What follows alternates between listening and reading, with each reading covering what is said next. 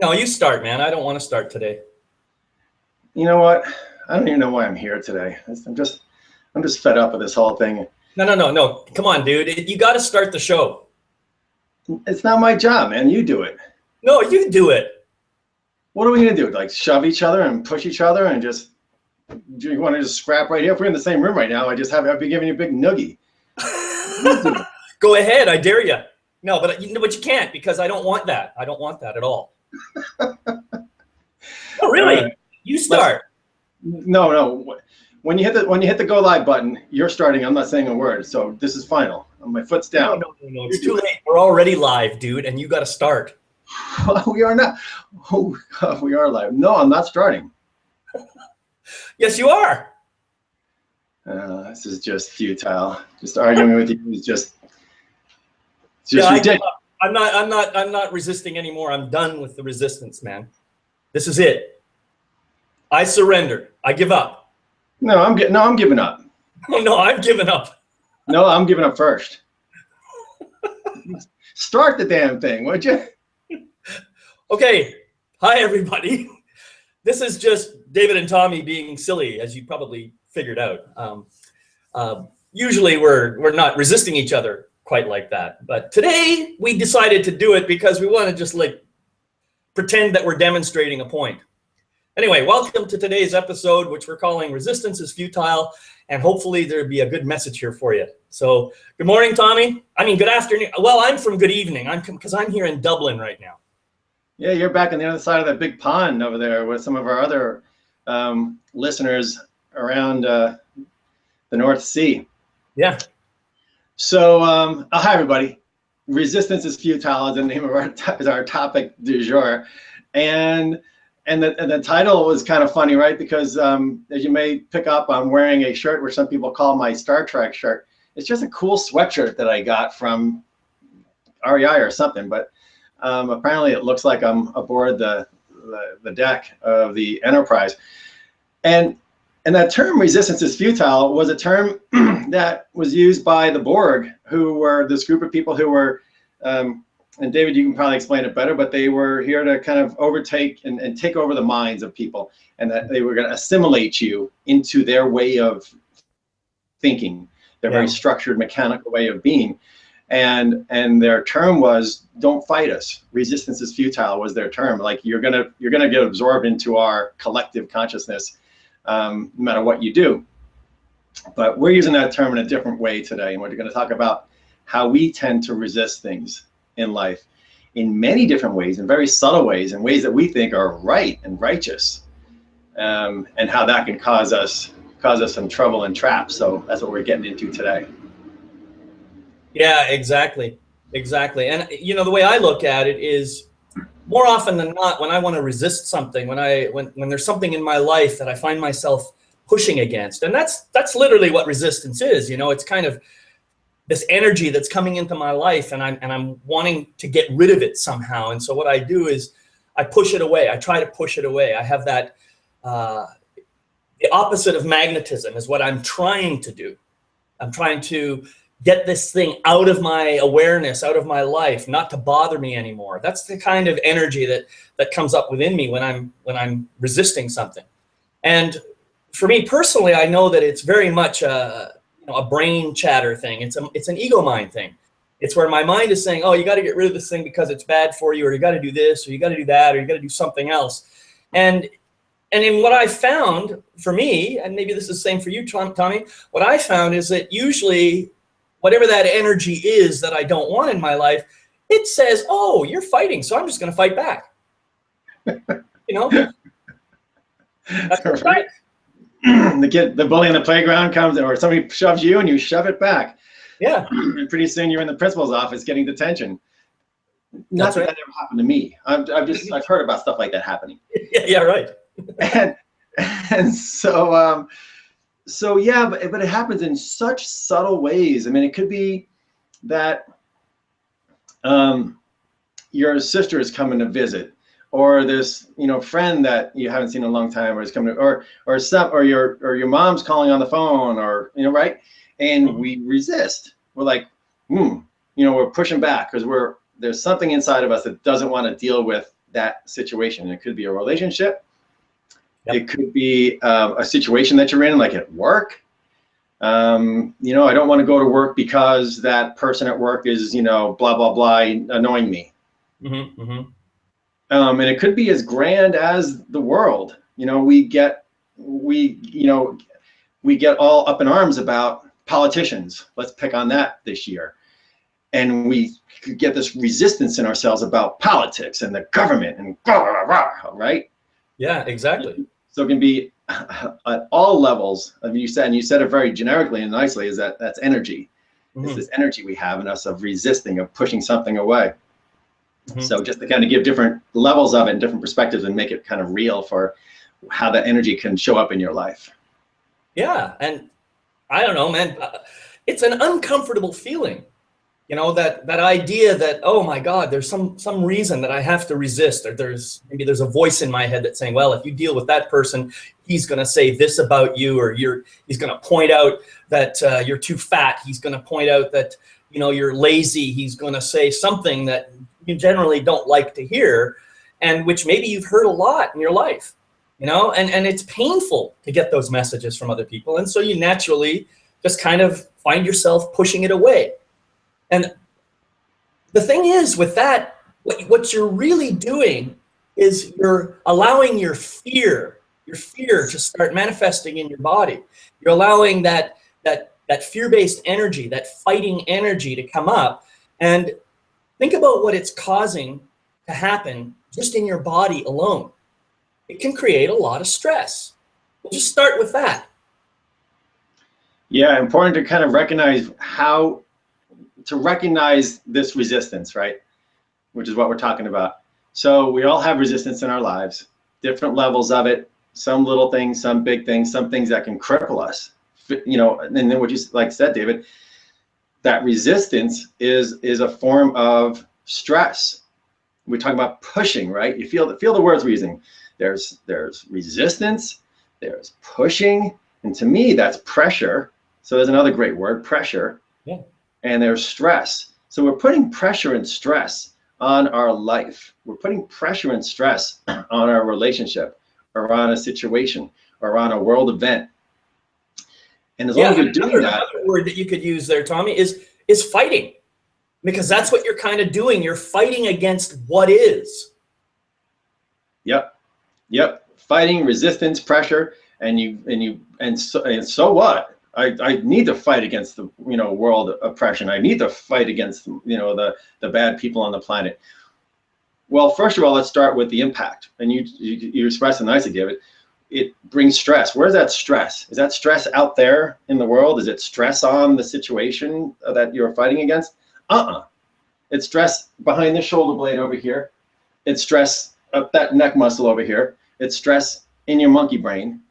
It's stress maybe in your heart. Yeah. You know, people have there's more heart attacks at 9 a.m. on Monday mornings than any other time of the week. Really? People are resisting, pressuring, you know, pushing, fighting, resisting. And so it's core, it's fundamental, it's our own health that's at risk, to start with that. Mm-hmm. Yeah, and so there's a huge cost to that. When we create that stress, when we put put ourselves through that turmoil, that challenge, and the pressure cooker, as you kind of alluded to, of pushing against stuff. I mean, if I push against everything that I'm uncomfortable with, I would be pushing eternally. You know, there's all kinds of things in this world that I don't particularly agree with, you know, that I'm not real happy with. And some things that my monkey mind and my ego mind tell me those are bad things. We've got to keep those out of our life. You know, we've got to find a way of avoiding those things. Or if they do show up, you know, getting rid of them somehow. You know, and even if we run away from them, what we're doing is we're responding to some stress and maybe running towards some other thing that's just as bad for us. All of this just keeps adding up to more and more stress and pain and discomfort and anguish, and it has no really good positive benefit anywhere in the world for us individually. And so, what are we going to do about it? What are we going to do about it? A, like we always do, we recognize it. We become aware of it. Okay, that happens to me. How, you know, I feel uncomfortable. I feel angry. I feel pressure. I feel frustration. We have these feelings inside of ourselves, and those are usually the first indicators that we're resisting something, Mm-hmm. and that we're resisting something. And so, then your minds are already probably jumping ahead saying, yeah, but bad stuff's happening to me all the time. What can I do about that? Well, first we can answer the phone, and then we can hang it up, and then we can ask him not to call me back. So, I'm not gonna resist the phone call. It's just a ringing noise. Yeah. And so, and they, as we always say, accepting. So, what? You mean I have to accept all this injustice? You mean I have to accept stupid pity situations? You mean I have to accept the politicians? No way. And it's like, okay. So how do we shift that? Let's start talking about how we shift those things that we think we don't want in our lives that show up anyhow, and how do we start working with them so we're not pushing back, so we're not creating stress, so we're not resisting in a way that's harmful to us, or if it's a person or a relationship, the other person on the other side of the push. Yeah, there's a saying I've heard of that I really, really like, and it goes like this: nothing changes until it becomes what it is. Now that may seem like a bit of a mind twister, but the way it rings for me is, until I can accept something for what it really is, and I can just, however it shows up. And that means just having no judgment about it, just simply recognizing something for what it is and accepting it into my life. Until I do that, then I don't really know what it is. All I really know is my thoughts about it, my judgments about it. That's the problem, and that's where the resistance comes from. It comes from my judgments, my beliefs, my thoughts about something. Now, the thing itself, it may be good, or it may be bad, or it may be completely indifferent. But what really is the pain is the judgments I have, and that's what's causing me to resist it. So now this is the key. If I can accept that for what it is, and I can stay in a place of non-judgmental calmness about it, then I can see it for what it really is, and then from that place, I may actually be able to invoke some change that will help shift that energy in a way that serves me. That's the secret here.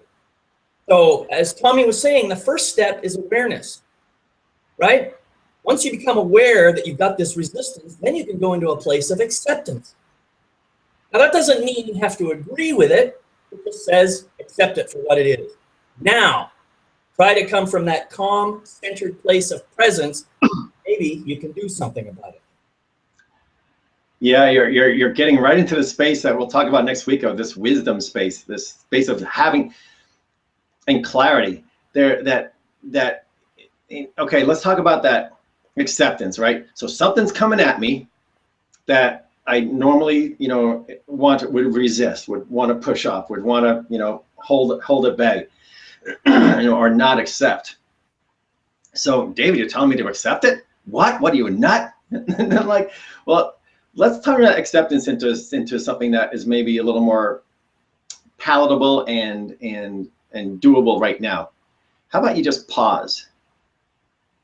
Right? We talked about this before, of just something's coming at you and just pause, because the resistance is usually like a racquetball hitting a wall. It's like bam, bam, and something comes in and you resist it, and the ball bounces back, and then it creates its own havoc and does other stuff. That's a reaction.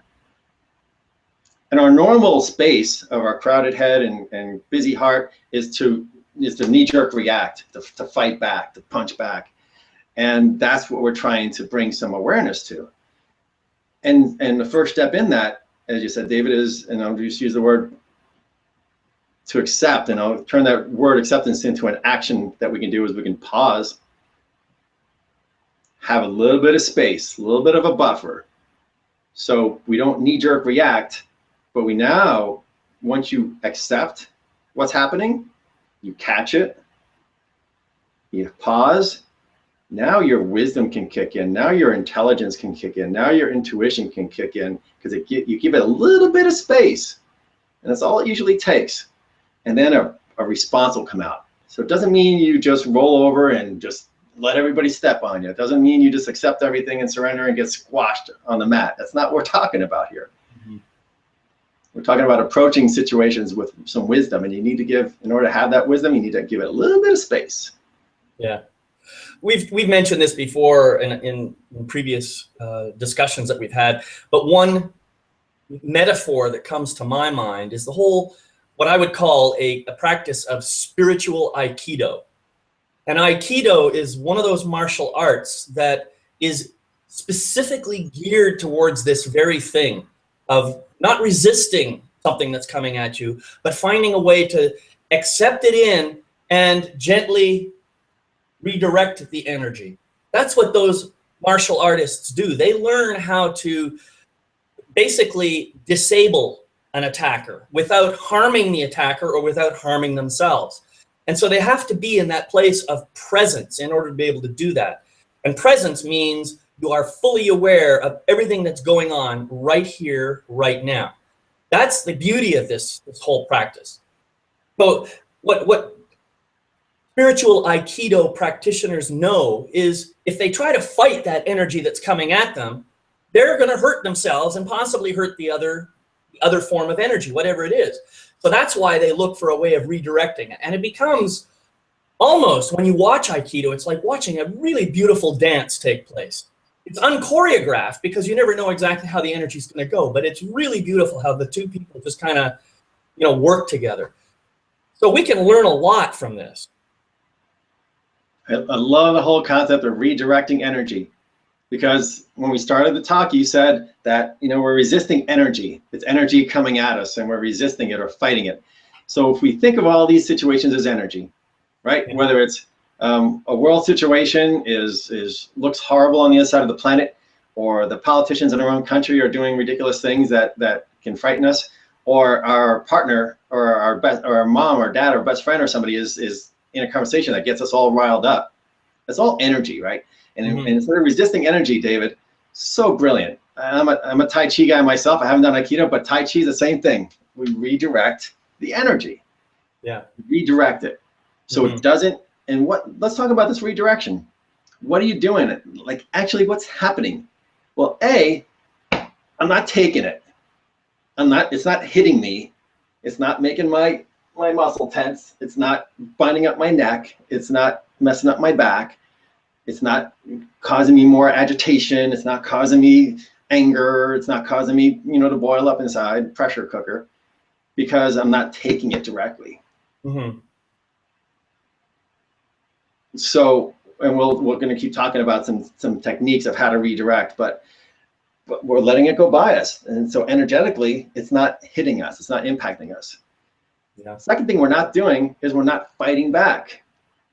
We're not taking that ball of energy. Somebody just threw a fireball at us, and we're not building it bigger and throwing it twice as fast back at the other person. Right. We're not turning a punch to we're not returning a punch with a punch. And what are we not doing there? We're not causing more bad energy on the planet. Right. So we're not compounding the situation. We're not putting fuel on the fire. Exactly. Yeah, and I think that anybody who's looking at that kind of, typical behavior from the outside, when you watch two people fighting, you say, I often think to myself, this is pointless. This is a total waste of time and a total waste of energy. It is, in effect, futile. Now, it's easy for me to do that when I'm stepping back. But when I'm in it, when I'm actually caught in that energy, it's not always easy for me to remember to stay in that grounded, centered place. And I noticed Joanne put a comment here. She says, what you resist persists. I absolutely agree with that statement. And it resonates so much within me, because every time I resist something, I notice that whatever I'm resisting against keeps pushing back. It keeps persisting. It's a beautiful quote. And I remember the first time I heard it, it came from Neil Donald Walsh in his Conversations with God book. And I noticed that a lot of people use that phrase now. But it's amazing. Resistance, whatever I'm resisting against, it's going to keep pushing back. because that's the nature of it. And it's futile because it's going to keep happening. So let's step this up a notch and talk about why bad things happen, or why energy comes at us that we would not like to resist and push away. Mm-hmm. A couple things pop in. One, I'm taking on too much. Like I'm accepting things that are happening. Like I am so stressed out about the politics of this country and the government and everything it's doing to everybody, and how wrong and the injustices and all that, right? You can feel that, right? I am actually taking that on myself. Right. You said it earlier, David, that stuff's happening. Mm-hmm. Situation's happening. But I'm choosing to get caught up in it. I'm choosing to get worked up by it. And you know what? There's a lot of validity in my head and heart as to why I do that, because I'm here to help. I'm here to heal this planet. Yeah. And I'm going to fight injustice to do it. Yeah. And I'm going to do this, and I'm going to blah, blah, blah. You feel that. Yeah. And I have a lot of friends who get on that side of this game. Right. And I'm going to make you wrong so that I can be right. And even beyond that, we can justify it in the sense that it's righteous. It's righteous for me to fight. Yeah. I'm here to do good, and I'm going to fight. I'm going to fight to survive, and I'm going to fight to make things better. Yeah, you're going to fight the good fight. You're going to fight the good fight. Brilliant. You're going to fight the good fight. Yeah, think about all the language we use in our culture. I mean, it's everywhere. And some of it, it's so ingrained in us that we don't even notice half the time when we hear it. You know, everything is about competition in our world. You know, you got to compete. You got to do better than the next guy. You know, otherwise you're just a total failure. So this is the message that we constantly are bombarded with. And so it seems natural to resist it. I mean, what would it really mean if I were to say, yep, you're absolutely right. I'm a complete failure. Just accept it and just see what happens. As I say that right now, I feel a lot of relief. I mean, I'm not really a failure, but if I allow those words to come in, all of a sudden they stop. You know? Yep, I agree with you. Wow, you agree with me? Well, then there's no point in arguing. Would you rather be right, or would you rather be happy? Well, I'd rather be right and happy. and maybe someday we can, but when there's the fight coming at us, right? The fight, part of that resistance is being right. Our ego says, I've got to be right. I've got to show them that I know what I'm talking about. I got to prove to them. I got to tell them. I got to blah, blah, blah. That's the being right ego mind coming out. And it's resistance, it's tension, it's pressure, it's painful. Yeah. So redirecting the energy, having it go around us. Back to Joanne, what you resist persists. Well, why? Right? If I'm not taking it on myself, if I'm not taking on the worries of the world, which is not your job to do, take that freaking globe off your shoulder, put it down, because you can't control that thing. You can't control that thing. You can't control the world. So stop thinking you can, and stop thinking you have to save it. You can control yourself. You can influence your sphere of influence. And beyond that, let it go. And if it keeps coming at you, if you've let go of the globe, if you've let go of saving the world, which is a big thing, and I'm sure some people out there are going, what? I don't have to save the whole planet by myself? No, you don't. Put it down. Big freaking globe, put it down. It's heavy. Once you put down the heaviness of what you can't control, then if stuff's still coming at you, it's probably stuff you need to learn something about. And it's things you need to kind of learn how to deal with relationships a little differently, or learn how to kind of live in a little more harmony. Then it's something to learn. Then when stuff's still coming at us, it's going to persist. It's going to keep coming at you until you learn your lesson from it. So that's a whole nother level of resisting as futile, a whole nother level of accepting. Learn from it.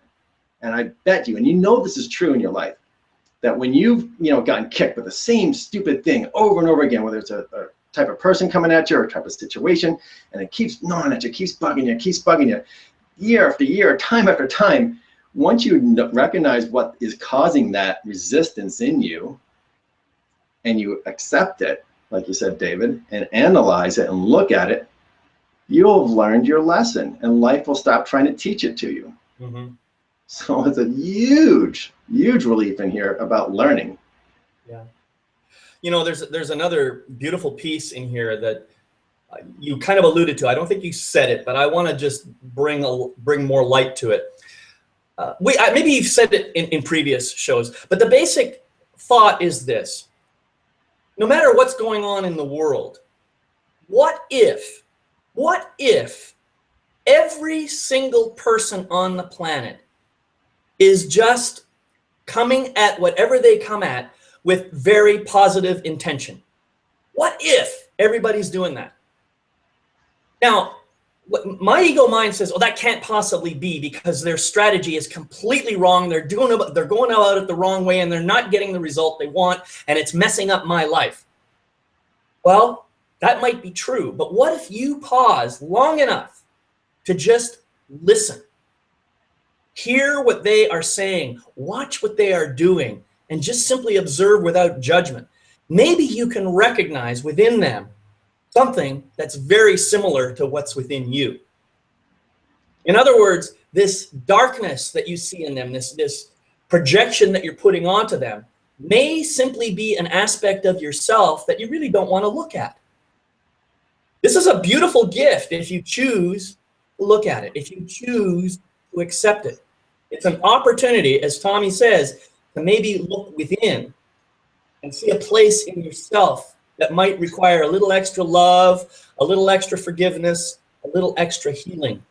Once you do that, suddenly you'll begin to have compassion for all those other people. And that is precisely what the spiritual Aikido master is doing.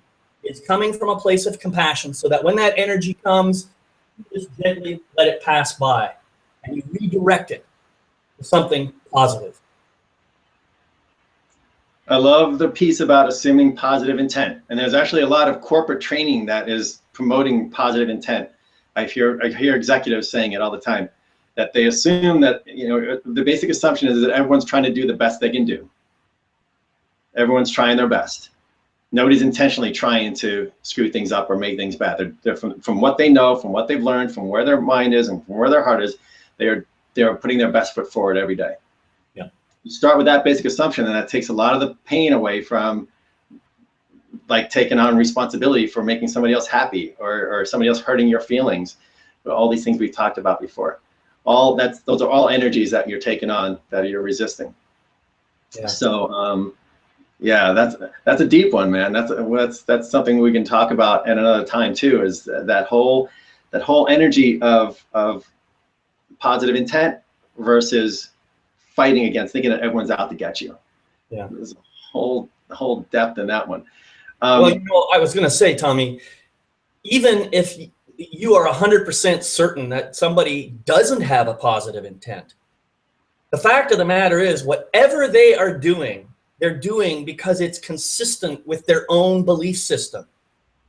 Now, just because their belief system is different than mine, you know, I can still be compassionate for them, even if they're doing something that is absolutely hateful to me.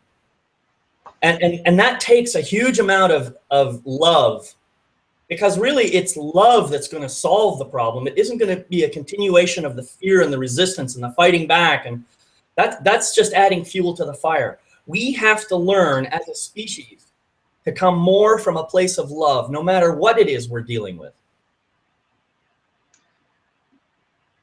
Beata Lewis is joining you on the show in a couple of weeks, because I'll be up in India, in the jungles of India, getting eaten by a mosquito. No. And Beata said to me something a couple of weeks ago. She goes, everyone's right. Yep, absolutely.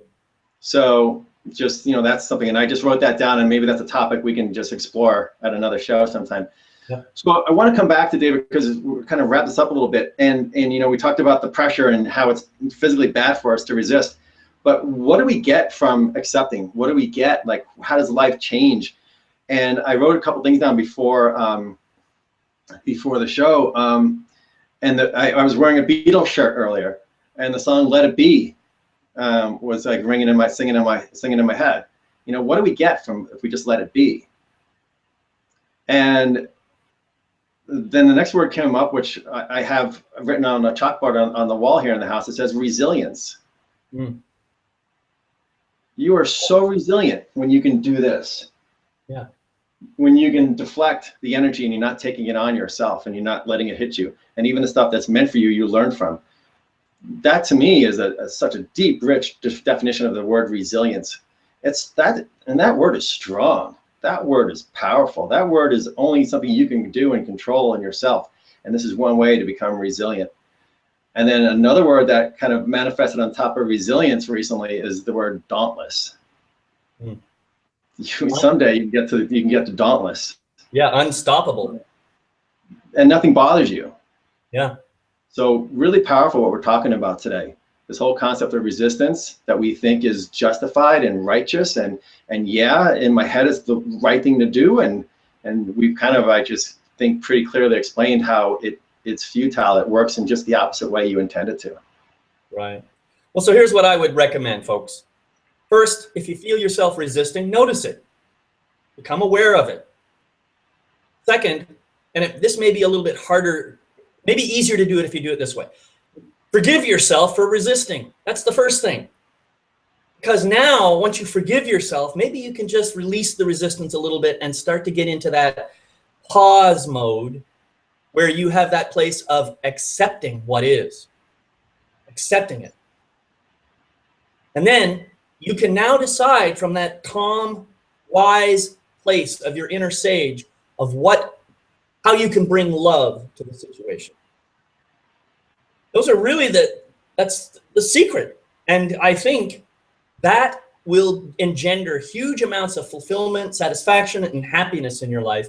And you'll find the stress just kind of melting away.